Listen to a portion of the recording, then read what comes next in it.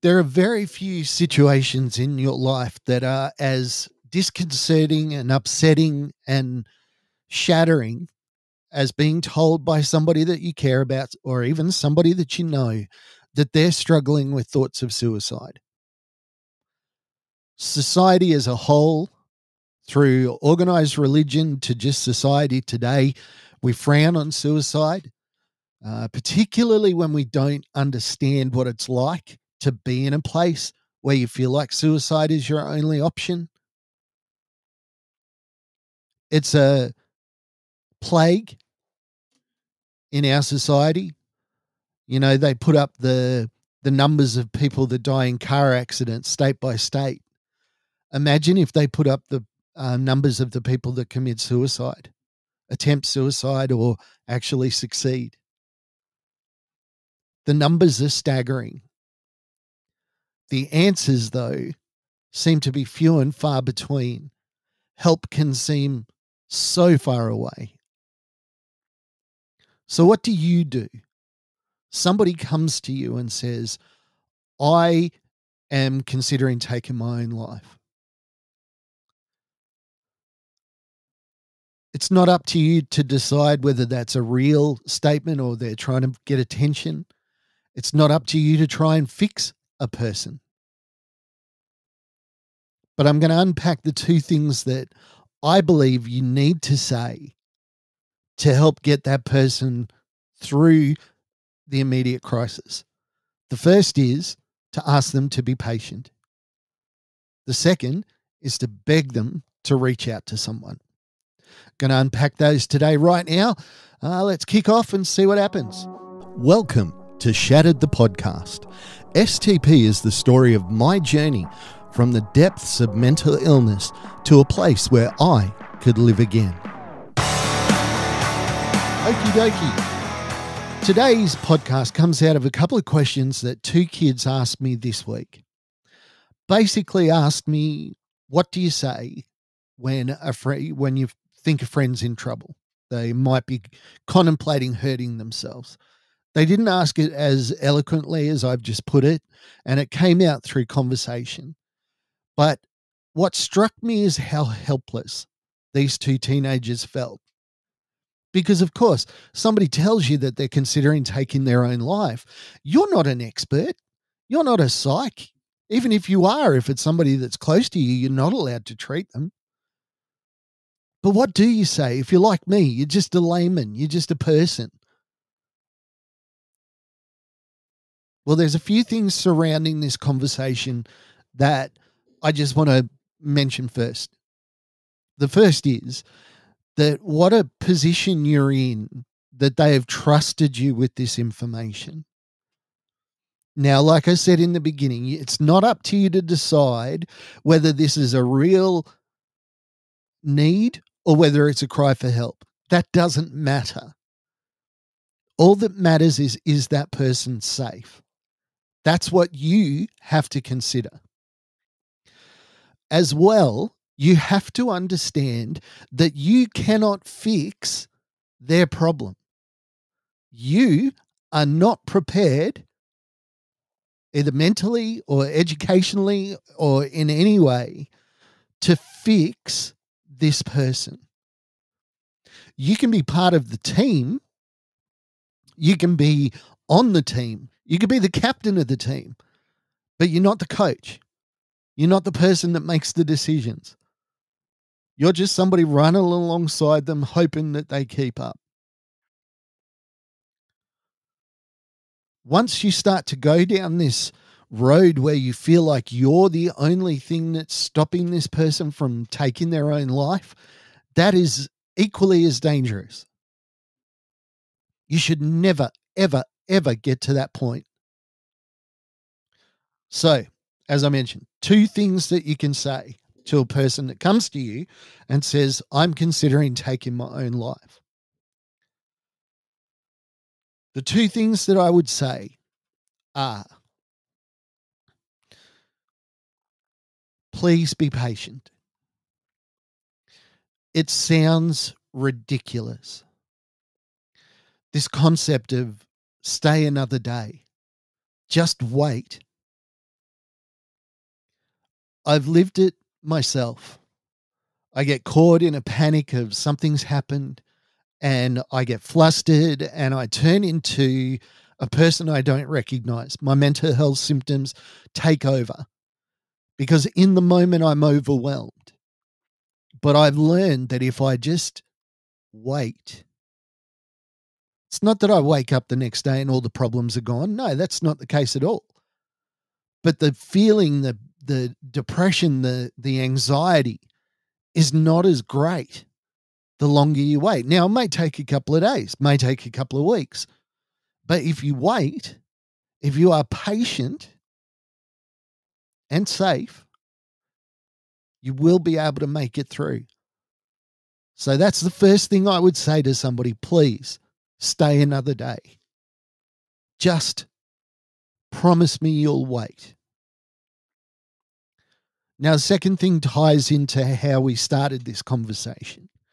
You cannot fix your friend. You cannot be the person that this person turns to in their time of need.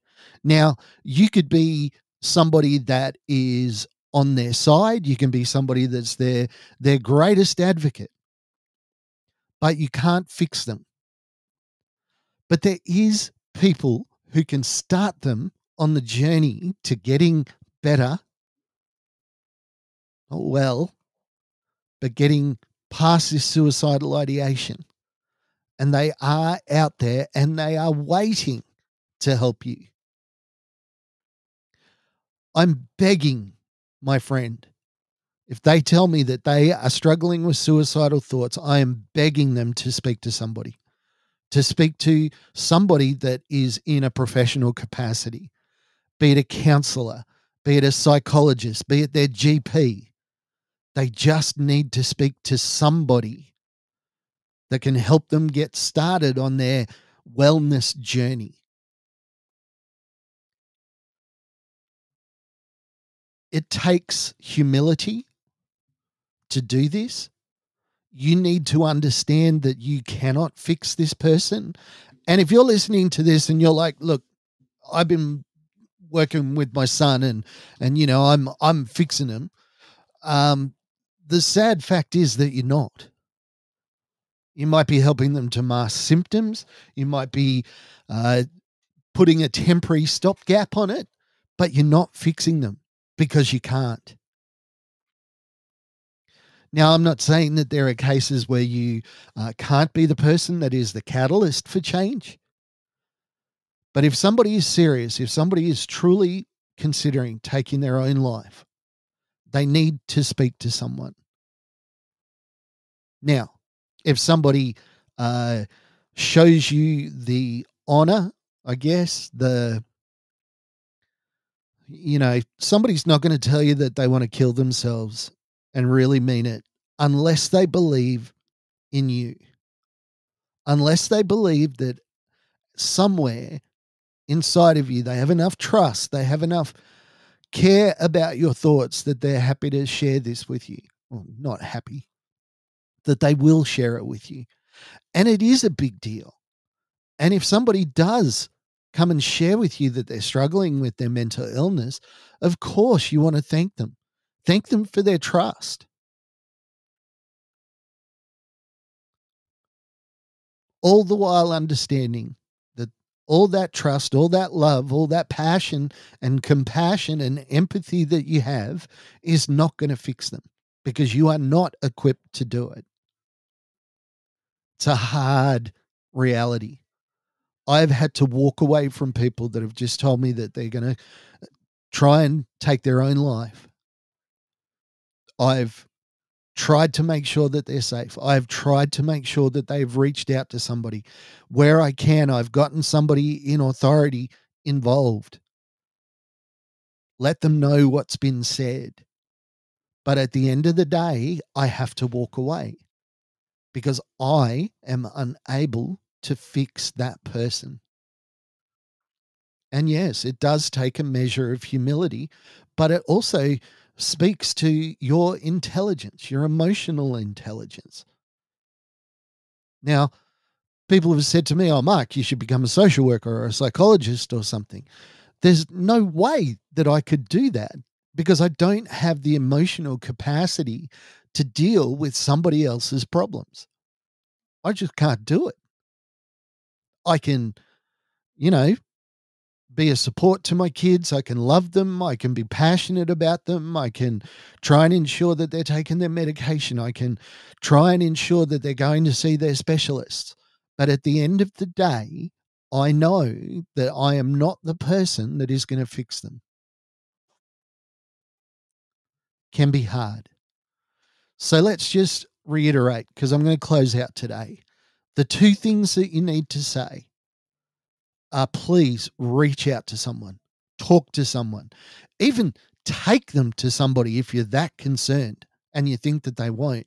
Do anything you can to help that person, talk to somebody that can help them. And then, of course, the second thing, please be patient. There's a video by Tom Hanks, and he talks about this too shall pass. And it encapsulates it really well, although in a fairly religious overtone, that this too will pass. Anything that you're going through will pass. Say you're extremely happy. Say you're extremely sad. It will pass. Enjoyment will pass.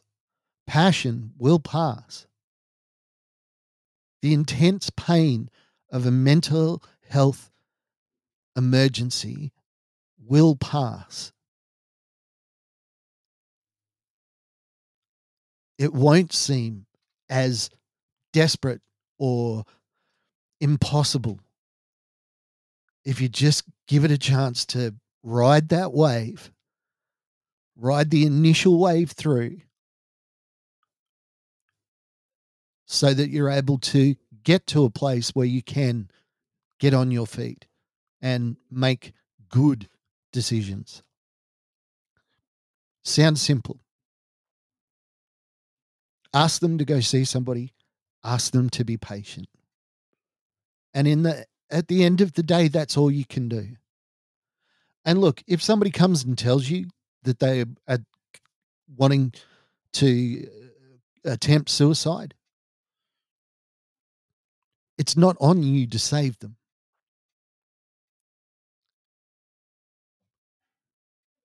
And although you will, I mean, my friend moved away, went to live in a different city. I hadn't spoken to him in 2 or 3 months, took his own life. I still feel guilty to this day. But I also acknowledge that that guilt is not a real or valid emotion, and I'm able to challenge it. It is never easy when you are confronted with the potential suicide of somebody that you care for, somebody that you love. And instead of feeling completely out of your depth, just say these two things. Please talk to somebody that can help, talk to an expert, and please stay another day. Hey, I do hope that you have a great week.